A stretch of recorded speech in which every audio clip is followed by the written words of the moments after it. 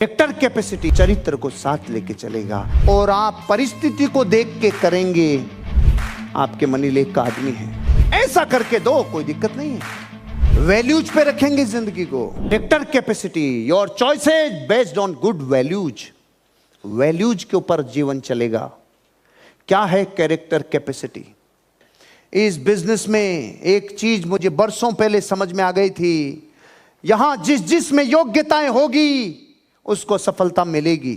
दोबारा जिस में योग्यताएं होंगी उसको सफलता मिलेगी, लेकिन टिक वही पाएगा सफलता पे जो कैरेक्टर को साथ लेके चलेगा, चरित्र को साथ लेके चलेगा। अब आपके ऊपर डिपेंड करता है, आपके जीवन में जो कामयाबी आप बनाने जा रहे हो उस कामयाबी के लिए वैल्यूज क्या है? वैल्यूज क्या है? मैं मेरा एग्जांपल देता हूं। मैं लाइफ में सुबह से शाम तक जो भी काम करता हूं उसे दर्पण की तरह लोग एनालिसिस करते हैं, ये क्या कर रहा है, ये क्या कर रहा है, ये कह रहा है तो इसका मीनिंग क्या है। क्योंकि आप एक स्टेज के बाद आपको भी पता नहीं चलता कि आपको लोग नोटिस करने लग जाते हैं, आपकी एक एक बात नोटिस करने लग जाते हैं, आपकी एक एक बात मजाक में भी कही उस साला वेटेज देने लग जाते हैं। तो अब मैं बहुत सेंसिटिव हो गया। मुझे एक बात समझ में आ गई, आपकी जिंदगी का हर कदम पीछे वाले लोगों के लिए कोई लेसन छोड़ रहा है, तो भाई एक भी काम ऐसा मत करना जिससे वो लेसन अंधकार की तरफ लोगों को लेके जाए। तो क्या करना होगा? आपको अपनी लाइफ को run your life on principles, values के ऊपर जीवन जीना होगा। मतलब जो भी करो, मेरे पास पिछले कितने वर्षों से, 15 वर्षों से मेरी टेबल के ऊपर जब मैं बैठता हूं तो मेरे पास स्नेचिंग के मैटर आते हैं कि नहीं आते हैं? सर इस ग्रुप के आदमी ने इस ग्रुप को छीन लिया, इसको ये कर लिया। अब मेरे द्वारा जो भी डिसीजन दिया जाएगा, क्या दोनों पार्टियां संतुष्ट होगी? कभी नहीं। जज की कुर्सी पे दोनों लोग राजी नहीं होते भाई। तो सोचो अब तक मैंने कितनी पार्टियों की नाराजगी सही होगी। फिर मेरे नीचे वालों ने, फिर उनके नीचे वालों ने, फिर उनके लोगों ने ये सब किया होगा। इसका मतलब जीवन में हर बार जब आपको कुछ करना होगा और आप परिस्थिति को देख के करेंगे तो फिर एक नहीं सब नाराज होंगे, लेकिन आप वैल्यूज के ऊपर कसौटी कस के करेंगे, किसी किताब के भरोसे करेंगे, किसी सिद्धांत और न्याय की कसौटी पे कसोगे तो फिर कोई नाराज हो चाहे नहीं हो, फिर ये चिंता नहीं रहती। मुझे कई बार लोग कहते हैं, जैसे अपने ग्रेजुअली जब अपन लोग ग्रो कर रहे होते हैं तो छोटे छोटे डिसीजन कोई 2015 में लिया, कोई 17 में लिया, कोई 18 में, कोई 19, 20। तो अभी कुछ दिनों पहले, इतने वर्षों के बाद जब हम कोर कमेटी की मीटिंग बैठी तो एक लीडर ने बोला, सर देखो ये वाले में ऐसे नहीं था, उस दिन ऐसा हुआ था, उसमें ऐसा करना होगा। मैंने उनको बोला, भाई आपने बात बहुत अच्छी बोली, लेकिन आपको ये पता नहीं है कि मैं अपनी लाइफ को लिए हुए हर डिसीजन को किसी बिहाफ पे लेता हूँ, किसी किताब के भरोसे लेता हूँ, अधूरा नहीं लेता। दुनिया से जाने के बाद भी आपके डिसीजन को जस्टिफाई करने के लिए कोई वैल्यू रहनी चाहिए। मैंने उनको एग्जाम्पल दिया, एग्जाम्पल के साथ ये पूरे जस्टिफिकेशन दिया, इन सिद्धांतों की वजह से ये चीज बनी थी और ये बनने की वजह से इस डिसीजन को हमने लिया था। वो समझ गए। लेकिन अगर मैंने उस दिन हाव भाव में और बहकर लिया होता, वैल्यूज पे नहीं लिया होता, तो क्या मैं लीडर को सेटिस्फाइड कर पाता? कभी नहीं हो पाता। आपको इस बिजनेस में छोटे छोटे निर्णय लेने होंगे और वो निर्णय वैल्यूज पे लेना।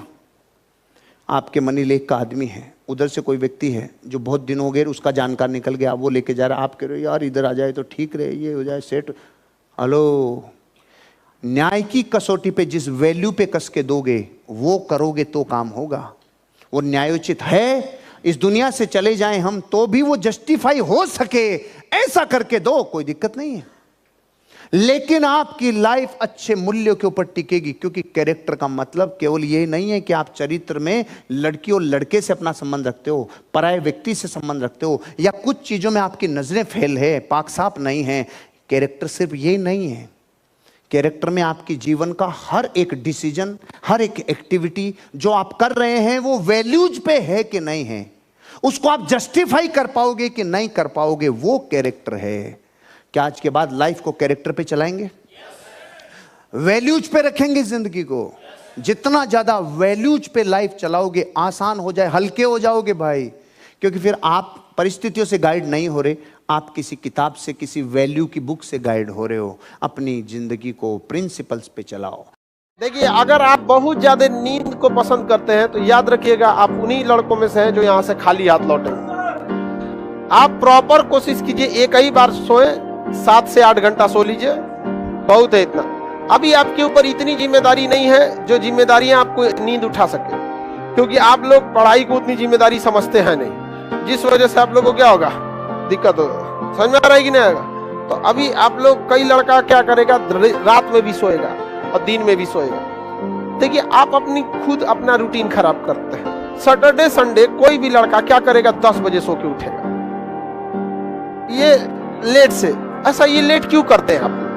जो रेगुलर टाइम है वही टाइम यूज कीजिए, क्योंकि एक दिन अगर आप लेट से सोए तो उठे लेट से, तो अगले दिन लेट से सोएंगे, अब पूरा हफ्ता डिस्टर्ब हो जाएगा। उससे बेटर है कि आप कुछ भी कीजिए, पढ़िए ना पढ़िए, आराम कीजिए, बट एक तो अपना शेड्यूल फिक्स रखिए, इतने बजे सोना है तो सोना है, कुछ भी दिन रहे। हम 1 बजे सोएंगे, 5 बजे उठ जाएंगे, चाहे कुछ हो जाए। रात में 1 बजे हम सो जाते हैं, अब 5, सवा 5, 6 तक में, मतलब 5 से 6 के बीच में उठ जाते हैं। कभी कभी बाई दी 6 हिल जाता है, लेकिन हार्डली 6 बजे हम लोग क्या करते हैं, उठ जाते हैं।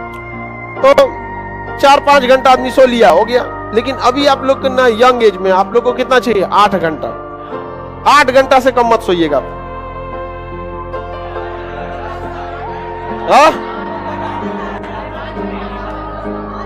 गधा कहेगा 5 घंटा सोएगा, दिनवा में 4 घंटा सोएगा। आप लोग मतलब 6 से 8 घंटे के बीच में सोइए। दिन में बार बार सोने की कोशिश नहीं कीजिए लोग।